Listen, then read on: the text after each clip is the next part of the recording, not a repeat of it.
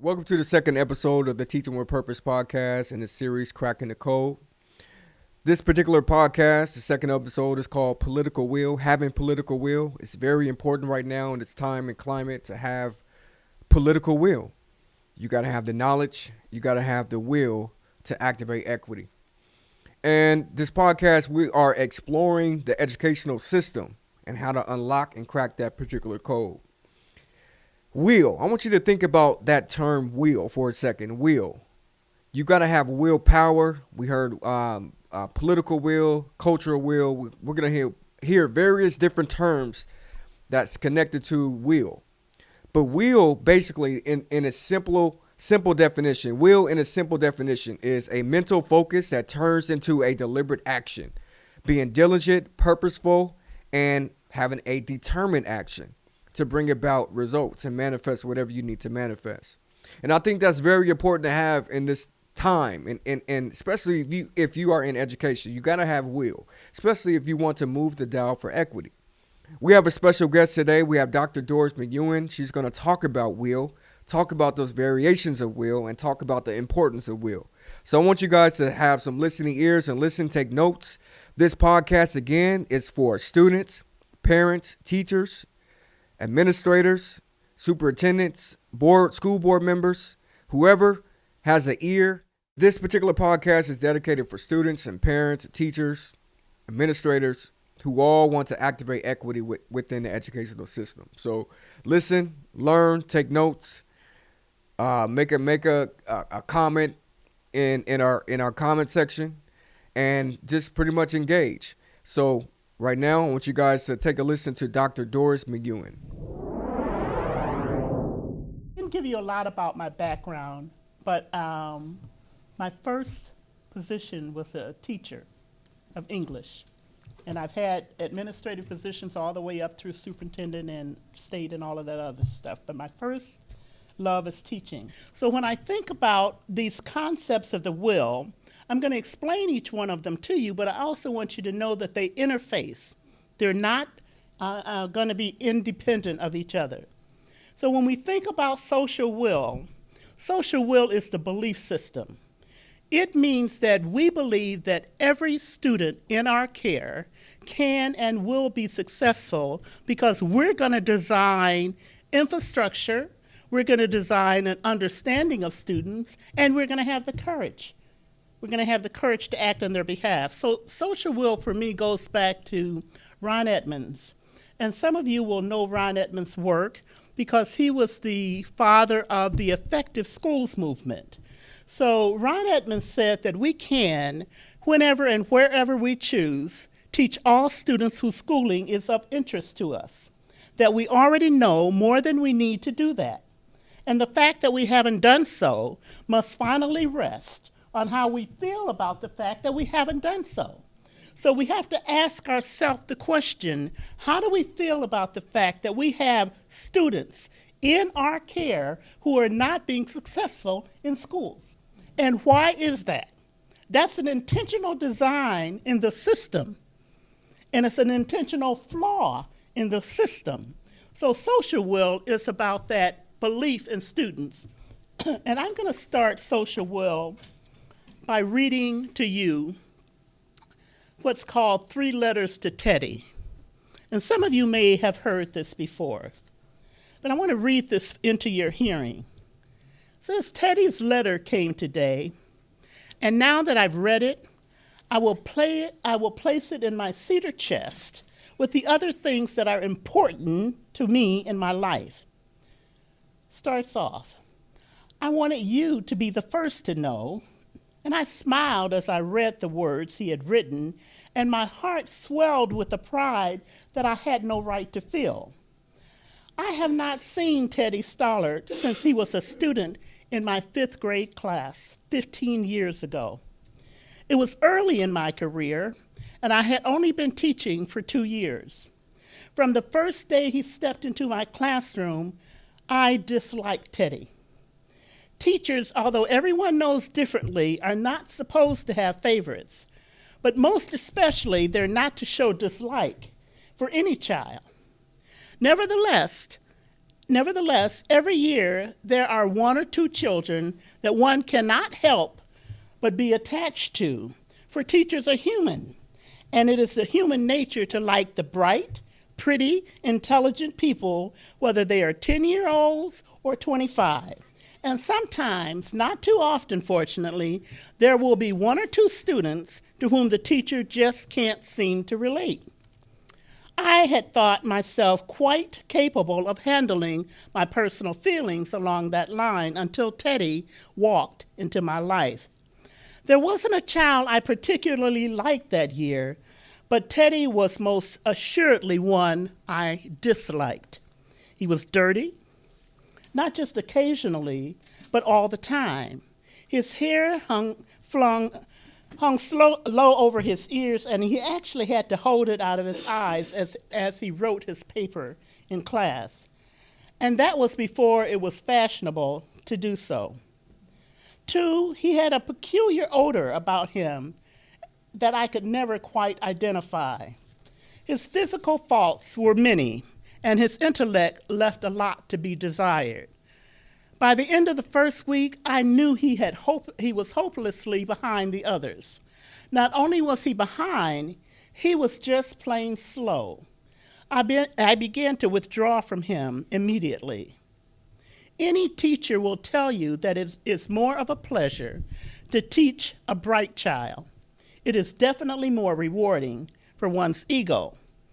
But any teacher worth her credentials can channel work to the bright child, keeping him challenged and learning while she puts her major efforts on the slower ones.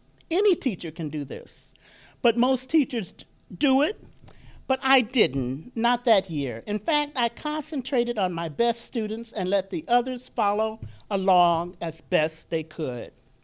Ashamed as I am to admit it, I took perverse pleasure in using my red pen. And each time I came to Teddy's paper, the cross marks, and there were many, were a bit larger and a little redder than necessary. Poor work, I would write with a flourish. While I did not actually ridicule the boy, my attitude was obviously quite apparent to the class, for he quickly became the class goat, the outcast, the unlovable, and the unloved. The days rolled by, and we made it through the fall festival, the Thanksgiving holidays, and I continued marking happily with my red pen. As the Christmas holidays approached, I knew that Teddy would never catch up, and he would not be promoted to 6th grade. He would be a repeater.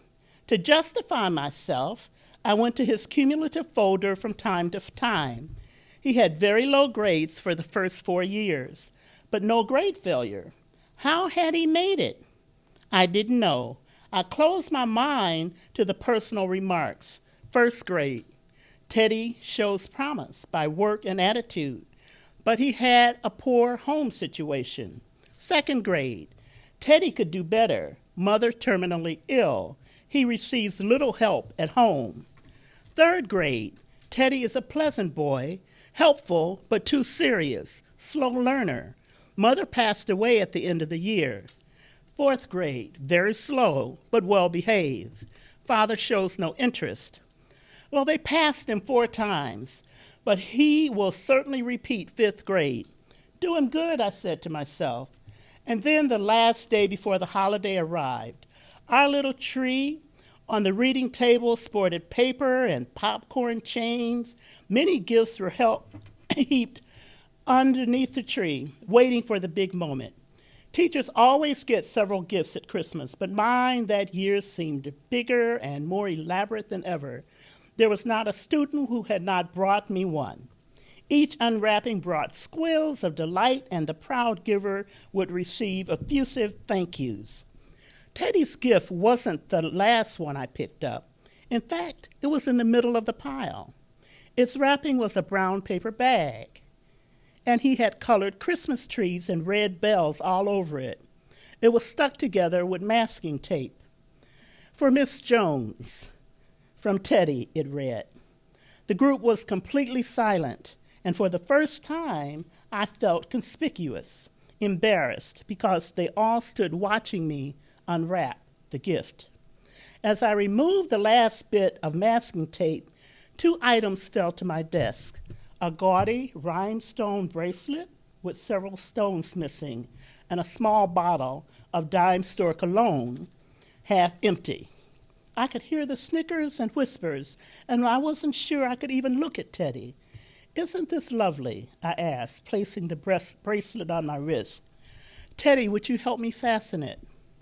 There was a few hesitant oohs and ahs, but as I dabbed the cologne behind my ears, all the little girls lined up for a dab behind their ears. I continued to open the gifts until I reached the bottom of the pile. We ate our refreshments and the bell rang. The children filed out in shouts of "See you next year" and "Merry Christmas," but Teddy waited at his desk. When they all left, he walked toward me, clutching his fist and books to his chest. "You smell just like my mom," he said softly. "Her bracelet looks pretty on you, too. I'm glad you like it." He left quickly, and I locked the door, sat down at my desk, and wept, resolving to make up to Teddy what I had deliberately deprived him of: a teacher who cares. I stayed every afternoon with Teddy from the end of Christmas holidays until the last day of school. Sometimes we worked together, sometimes he worked alone, while I drew up lesson plans or graded papers. Slowly but surely, he caught up with the rest of the class. Gradually, there was a definite upswing curve in his grades. He did not have to repeat fifth grade. In fact, his final average was among the highest in the class. And although I knew he would be moving out of state when school was out, I was not worried for him. Teddy had reached a level that would stand him in good stead the following year, no matter where he went.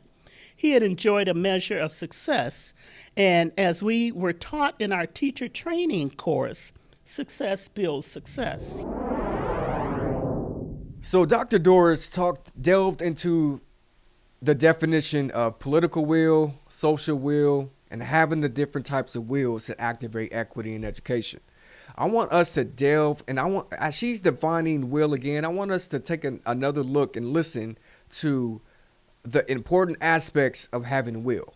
So let's take a listen one more time to her other definition of what will is, and we're going to come right back. My objectives are really to have leaders who lead with belief. And I call that social will. They lead with beliefs. And they believe that they believe in student success because they model high expectations for students, with a position of understanding that they bring cultural assets. And cultural will is about cultural assets. And that they are intentionally, leaders are intentionally designing the system so that the infrastructure supports student success. And that's organizational will. And that they have the courage to actually act on behalf of those beliefs and push policy forward. So over the many years that I've been in education, I've kind of designed a framework that fits for me. And this framework is what I call collective will. And it's the will that helps students be successful by looking at the social will, the cultural will, the organizational will, and then the political will. And so I put down some notes so that I don't go off on some of my tangents, but I still may do that as well. So the objectives, as we look at the objectives, I want to talk about how do you explore equity consciousness using collective will?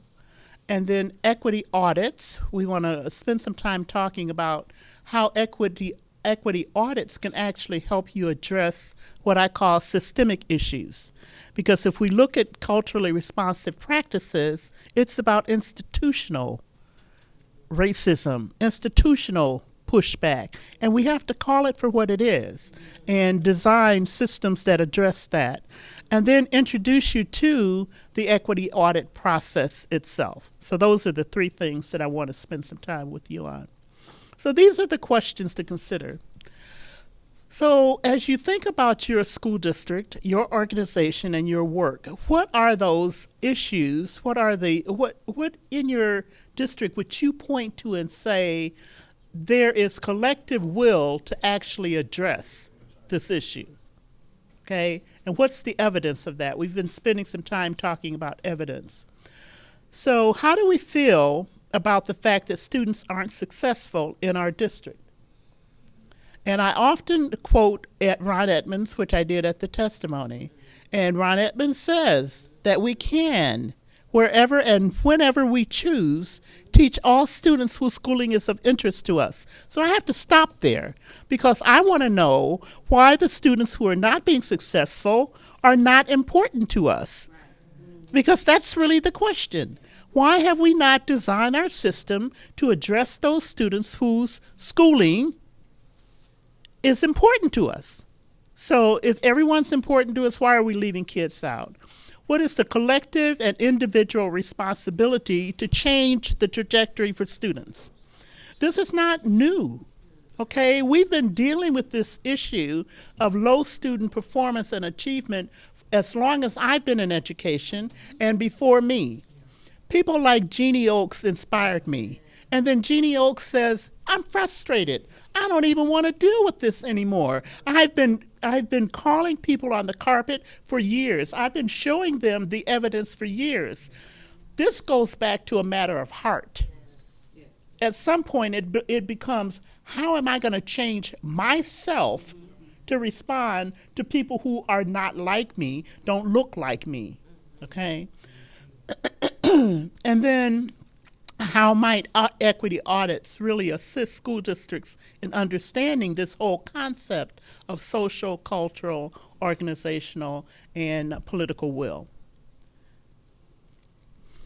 So when I think about will, I've talked about those four areas, and Ron Edmonds is pictured up there, along with the Maasai tribe and organizational will.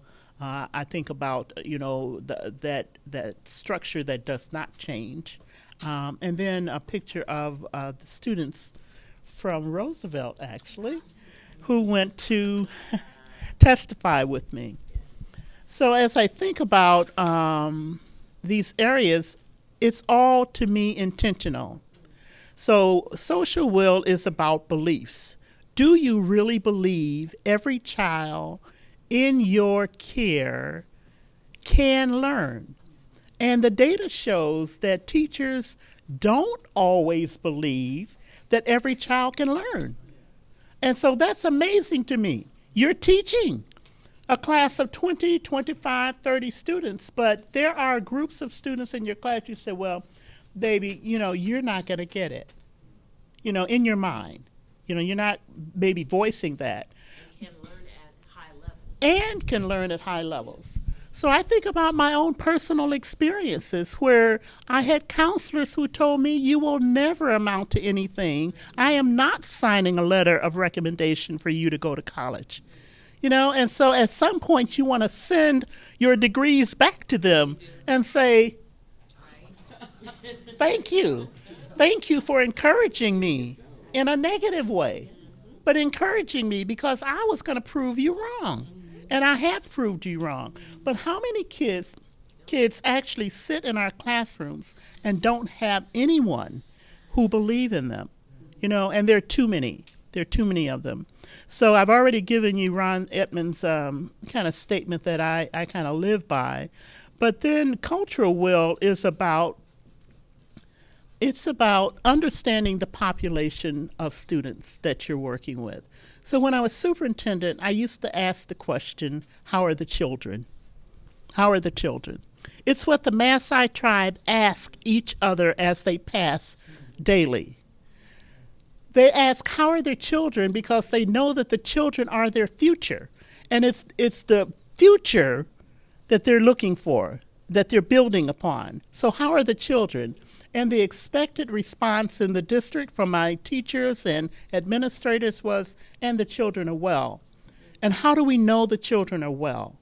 How do we know the children are well? So that was the central question I would keep in front of them for the 7 years I was superintendent up in Clover Park School District. So how are the children? And people in the community would ask me, Dr. McEwen, Harris, Walker, whatever that last name was, it's back to McEwen, okay? But they would ask me, how are the children? I got jokes, okay? How are the children? And based on the data, based on the information determines whether they're well or not. So cultural will is about understanding the population. And you cannot understand the population of students if you don't understand your own culture, what you bring to the table. So when I used to teach at UW, I would have students who would say to me, white students generally would say to me, but I don't have a culture. No, everyone has a culture. And so then we would go back and unpack that because everyone brings that to the table. So it's understanding the population, because when you understand your students, in like the suggestion in the letter, three letters from Teddy that I've read before and may read at the end of this, but that is really making sure that I'm in tune with the kids that come into my classroom. Each and every one of them are important. One of the things that we used to say very frequently, and most of you as educators and parents know, we would say all kids can learn. And I had to erase that language of all in the district because I told the board, all blurs faces. When I look out and I'm speaking to a group and I say all, I can't see you as an individual because I've already said in my mind all, which blurred you as an individual. So the language had to change to every child, each child, so that I see you when I'm talking and see you in the lessons. So that's what cultural will is all about. Organizational will, sorry you're not able to see this that well, it's about building the infrastructure. So what are your hiring practices in the district? Are you intentionally putting people in front of students that look like them so that they have some sense of worth and achievement and future? So organizational will is about allocating resources intentionally allocating resources. I can give another example of organizational will. When I was superintendent, we used to have, during the summer, the buses, when I first came to the district, would not go and pick up the kids for our summer programs. And the budget person said, well, we just don't have the funds to do that. I said, well, then how are we expected to get kids here? Well, their parents have to bring them. The parents with no cars. The parents who can't afford public transportation. So what happens to their kids? So no, that's going to change. We're going to have buses. You figure it out. I was good for the ideas. This is it. You figure it out. That's your staff. You're working with me. You're working with me. If my children come to school and they haven't eaten, don't tell me that they can't have breakfast. You figure that out. Okay, because it's about, framing your organization so that it's important. And the picture is, I used to have a poster when I was principal that said it was not the mountain ahead of me that wears you out, it's the grain of sand in your shoe. And that's what I was trying to tell Karanja last night. Stay focused. Keep pictures of kids in your head and stay focused, because you have a lot of grains of sand that are going to irritate you in your shoe. But the mountain can be accomplished. You will scale that mountain. You will reach the top of that mountain, and every kid is going to benefit from that. So don't give up. Don't give up. I can preach. Political will. Political will is the most important piece of this. All of these interact together, so I can't say the most important because they are very equal to each other. But political will is about the courage to act at the local, the state, the national level. and put policies and procedures and regulations in place. So the first thing I did as superintendent was to establish a policy on excellence and equity. And I figured my position as a superintendent was spin on a dime. All somebody had to do in the community, or a teacher, or anybody else, was get a hair up their toe. And I would be gone. All right? Because that's what happens with superintendents. But if you put a policy in place, it will stay there, usually. I have to say usually nowadays, because there's an administration with executive order privileges that's kind of making you rethink that. But you know, the reality is it makes people pay attention when you have it at the policy level. And so that's very important to have that policy in place. And so I was able to work with the board to develop that policy. When I came to OEIB, I asked the question about Oregon. I said, well, how are people vetting their materials? I mean, we need some kind of equity policy, you know, equity lens that they can look through. And so I was able to get the support from the board to do that. I think political will is also about the resistance to, like, once said policy is in place, having the courage to stand. Yes, thank you. The courage is really important to stand. And Karanja is one of the most courageous people I have ever seen. You know, he knows. I've said this to him on many occasions. So what happens then with these wills as they intersect with the equity audit process? Again, you know, Ron Edmonds was really clear that we can teach students whose schooling is of interest to us. And so what is our capacity then to be able to do that? Again, in Clover Park, we had the slogan that I wanted to keep in front of people every day, and our staff we collaboratively came up with it. It was, believe it, they'll achieve it. And it sounds so simple, but it's right in front of people every day then. If you believe in these children, they will achieve. And so it wasn't just rhetoric. I used it as an opportunity to really model beliefs for students, because this whole issue of equity starts at the leadership level. And the leadership has to model it. They have to put this framework in place, and they have to really believe that they can be successful. And that's why I admire you so much, Charlene, as a principal and as you move through in education and move into the superintendency in Portland. So.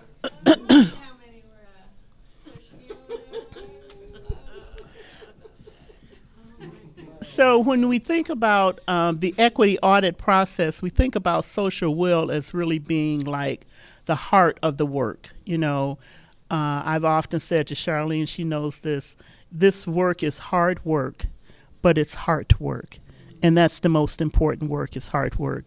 And then in understanding our students, the whole notion of how are the children, you know, we can successfully answer that when we know that every child is important to us. And sometimes I read the poem, You Don't Live on My Street. And it's a very powerful poem. It really brings cultural will to the focus. It's about understanding that our kids come from all kinds of places. And as a result, how are we going to take that information and use it as part of the teaching process? So that's what the and I'm not going to take time to read all of those, but cultural will, I say, hits you in the gut. You know, it's that poignant. Organizational will is about the infrastructure itself. So these are the questions I ask. What are your hiring patterns, for example? What are your practices around budget allocation? Where are your teachers assigned? Now that's really telling as school leaders when you have all of your teachers who have advanced degrees, for example, and have been very successful in teaching, put with your students who are considered gifted or advanced. And I have to say considered gifted because kids are gifted. And that's a whole different lecture that I can talk to you about. But I don't believe in separating kids out by this, I'm a gifted child syndrome. We all have gifts. Let's develop those gifts. But like that, I said, that's a different lecture. What are your discipline practices? What does it look like when we have the majority of our African American boys always out of class, suspended? What does that say? What are the special education patterns in your school and in your district? What are your practices for ELL? If you examine the concept of institutional racism, where would you say your system or your schools need to address this institutional racism? So organizational will really builds the appropriate and supportive infrastructures that help students to be successful. When we look at the equity audit process, we look for people like you. That's what this is about. Equity-oriented change agents, people who believe that this can happen, believe that it can be moved. And I'm not being sarcastic when I say the system has to change. The system, when we talk about blowing it up, that may be dramatic in some ways, but too many of our students continue to fail. We already know that. We already know why, and it's built into the structure. The structure has to change. It's pretty simple to me. But in responding to you, Matt, and to some of the things that you said, Kate and Sheila, this whole thing is about us being intentional. Again, being really intentional. But intentionality starts at the leadership level. As a superintendent, that's why I loved being a superintendent so much, because I could craft. And I'm saying this but I mean it in terms of a we, because it's the team that you put together. And I couldn't do anything in Clover Park without the team. But the leadership, it's from the leadership level all the way throughout. It has to infuse all the way throughout the organization. So when I have people coming to me, as I had one teacher who said, why should we have all kids go to college? Who will make up the hotel beds? Oh, yes, right there in one of my meetings with teachers at one of my high schools. And, those are the belief systems that you're struggling against. At least she had the courage to say it. Now, don't, get it twisted. I don't know what you're editing out of this, but some of it you might have to. Don't get it twisted. She and I had a conversation about whether or not she was appropriate to be in the classroom, period. Because our philosophies did not agree. And you're not going to be out there ruining my babies. You're not going to do that, okay? So, but that has to be at the leadership level. Those are the conversations I had to have with my board. Your board has to be brought along. Your community has to be brought along. That's what this is all about, working together. So when we talk about cultural will, we're talking, I used to have our administrators were all reading the same books, so that we can get a better understanding. Our city was reading the same book so we could get an understanding. My board was reading the same book, and I was training them on it. Now, books don't necessarily change heart, but they give you some really good common language to have conversations about, and also the experiences of other people. So I did Tortilla Curtain, for example, because a lot of people did not know about what Mexican American folks are experiencing. And so to have those conversations, but that starts at the leadership level. I had to say to them, I didn't ask them. They didn't have choices about cultural will. This is what you're going to do. And so that sounds kind of dictatorial, and I don't intend for it to sound that way, but it was. Um, it was. But, we ended up doing scrapbooks and cultural quilts that, that like would hang in our foyer so that every administrator had a patch of what their culture looks like and what that means. We had a scrapbook of student experiences that would show what social will is all about. When you believe in me, what I can really produce. Those are the things that are tangible that you leave with people. So we can have conversations that kind of bring this together and bring conclusions to it, but and I'm happy to give you copies of this PowerPoint. Nothing is secret about this. I have been trying to, every time I sit down to try to write this book on collective will, I get so many other things that come into play. So I just want you to know that this is work that has been with my heart for so very, very long, and work that I know that we can make a difference in, that we just have to stay and not give up on it. And we have to put people like Charlene in leadership positions where she can make that difference. She made a difference at Roosevelt because of her belief system, right? And now she's in a position to make those changes at Camas, right? But her work is bigger. It's bigger than that. I am one of those that I've been doing this for over 46 years. I know I don't look like it. But I've been doing this since I was 20 years old, okay? And I am on the back end. I need people who are going to come forward and champion the work and move it forward. And so the Charlenes of the world, the Kates and the Coles and Matts, and, you all will move the work. I have no doubt, because otherwise you're going to wake up in the middle of the night and you're going to say, who in the world was that woman in my nightmare? Cultural will is about understanding that population, and you can't teach students that you don't know. You can't teach them. You cannot.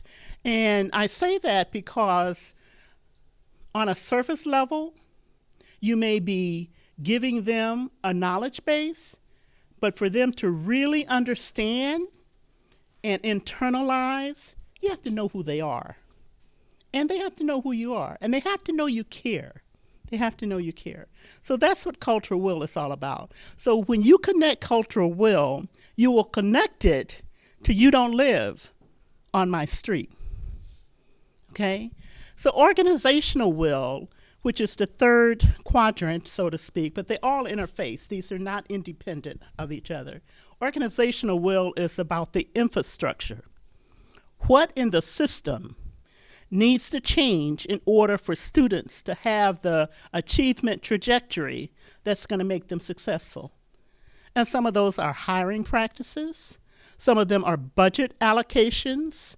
And some of them are looking at where teachers are placed in the system, which teachers are teaching gifted students, how are we placing special education students, why are there so many African American males in special education? Is that a kid problem or is that a system problem? Okay? And so you have to sit and let those things marinate with you. Okay? So organizational will is about that organizational structure and what needs to change. I have always maintained that we blame the kid. Education has been about fixing the kid, not fixing the system. And it is the system that's broken. When we talk about the issues in education and the issues around culturally responsive practices, we're talking about systemic issues. We're talking about a rot that goes to the core, a cancer that is infectious. It's a systemic issue. And in order to change the systemic issue, we have to have systematic practices that change the system.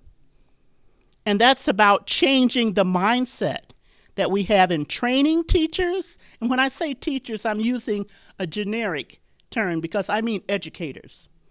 This does not happen absent administration. It does not happen absent parent involvement. It doesn't happen absent community involvement. This all has to work together for students to be successful. And then the last one is political will. And I think all of them are really important.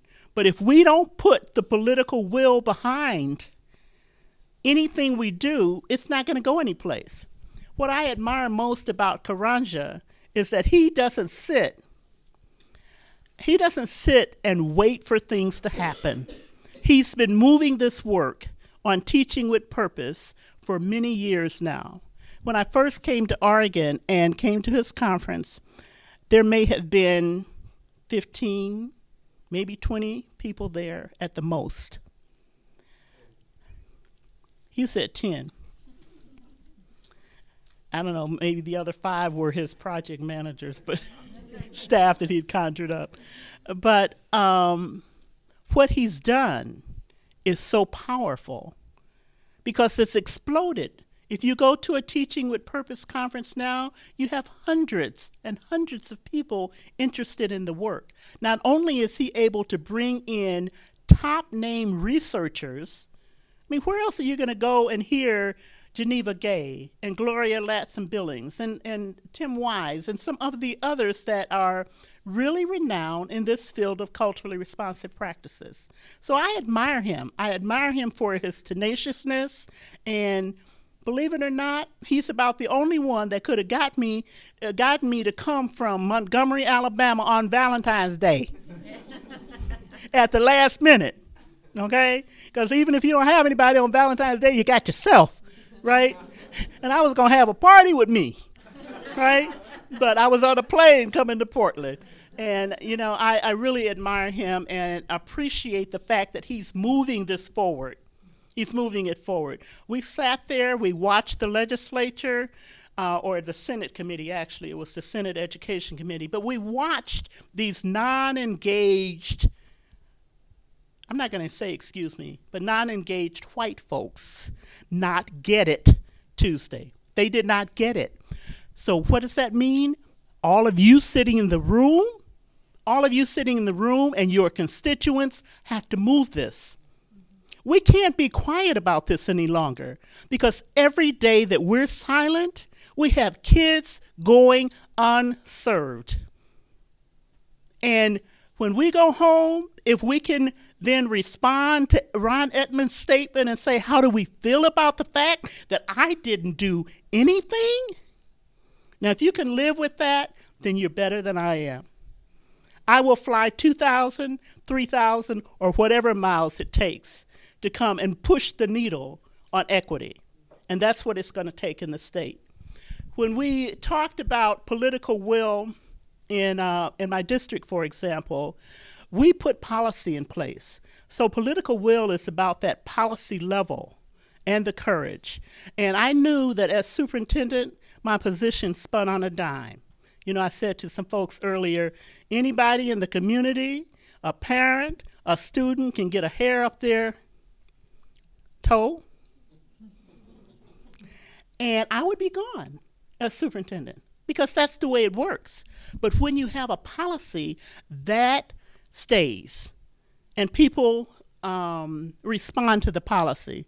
The equity lens is now being vetted, it's now being used throughout Oregon in some way.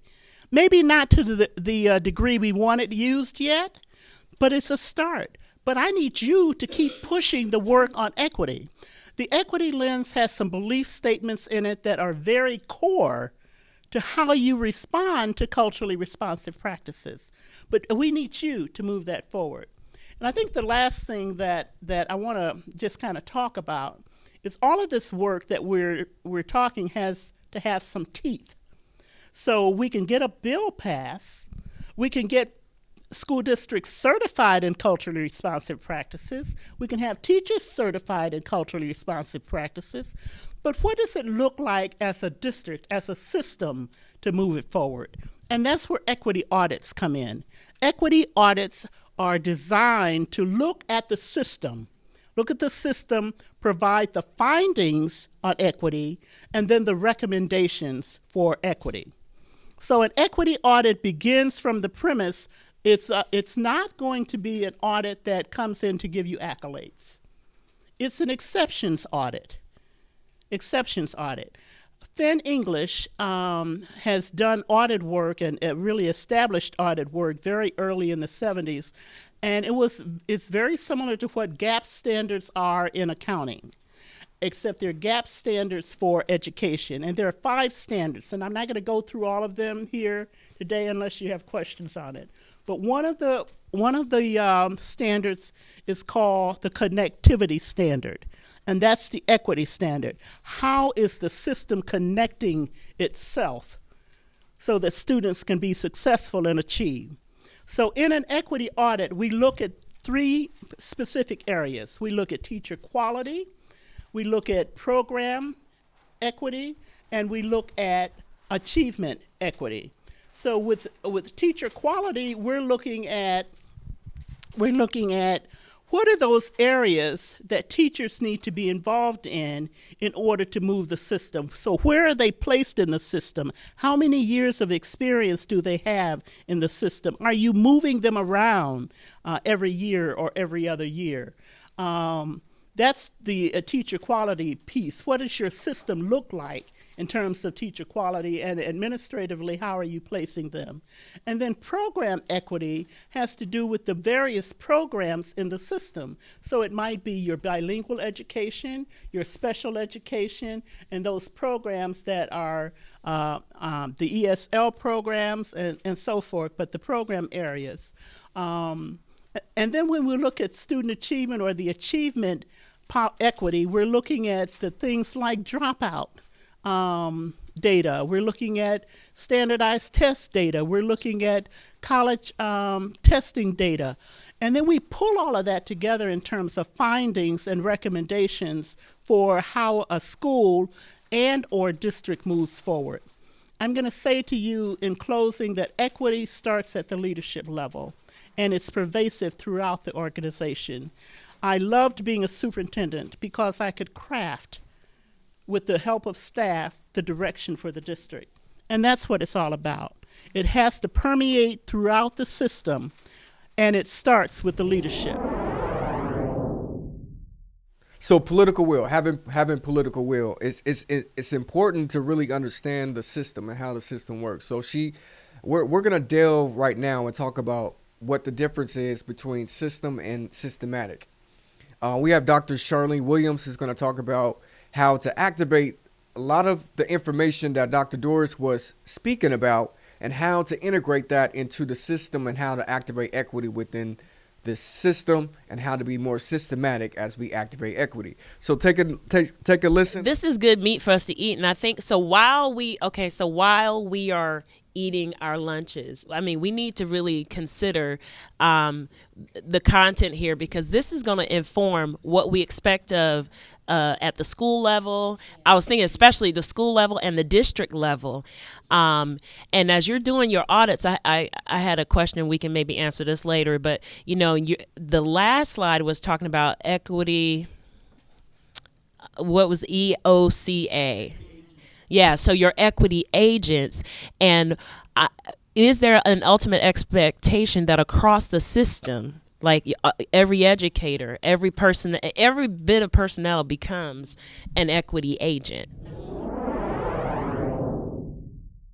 And I hope you guys got something out of this podcast. Again, this podcast is dedicated for everyone that has a passion that want to bring about change in education. We're activating equity in education. That's the purpose of this podcast. Again, this is the 2nd episode, and it's having political will.